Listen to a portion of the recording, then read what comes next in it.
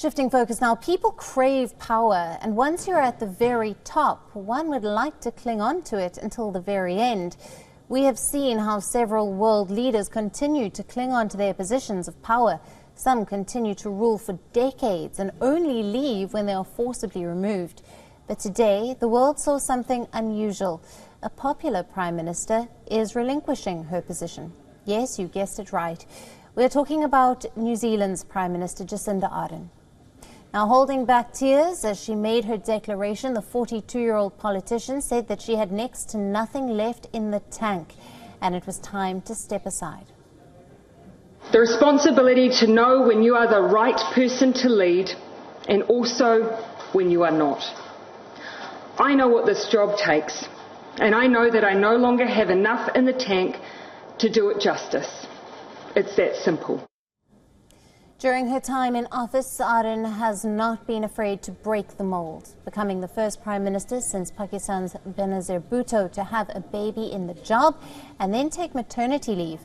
A politician who campaigned on making tertiary education partially free, tackling child poverty and decriminalising abortion.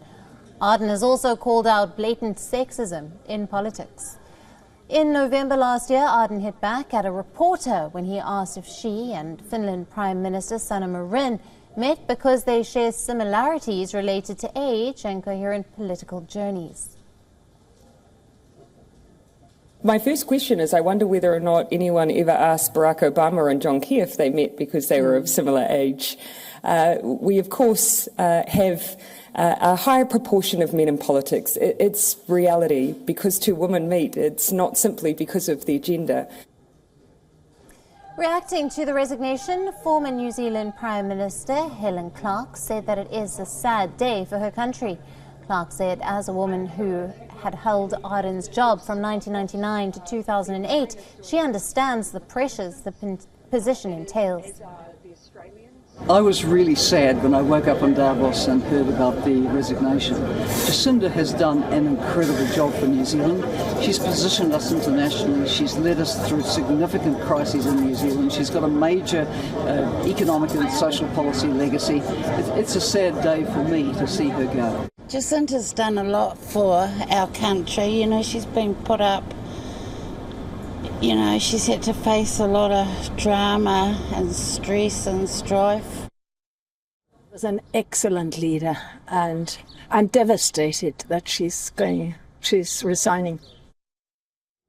Meanwhile, experts say that women have been liberated, but patriarchal institutions have not evolved enough to support family life, which puts extra burden on women. Experts say that while the job of a leader is already demanding, Ardern's time as a leader was marred by gun shooting, natural disasters and a pandemic, adding to the work stresses already on her plate.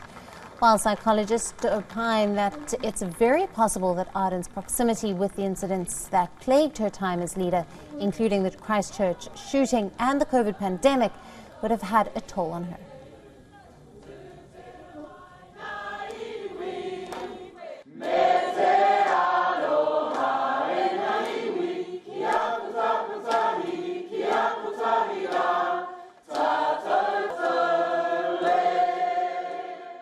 Yeah, as I mentioned, there are three components of burnout. The first is emotional exhaustion, and what we're talking about there is a feeling that all your resources are depleted, and that's certainly the kind of thing that she's talking about. And right now she has no more to give.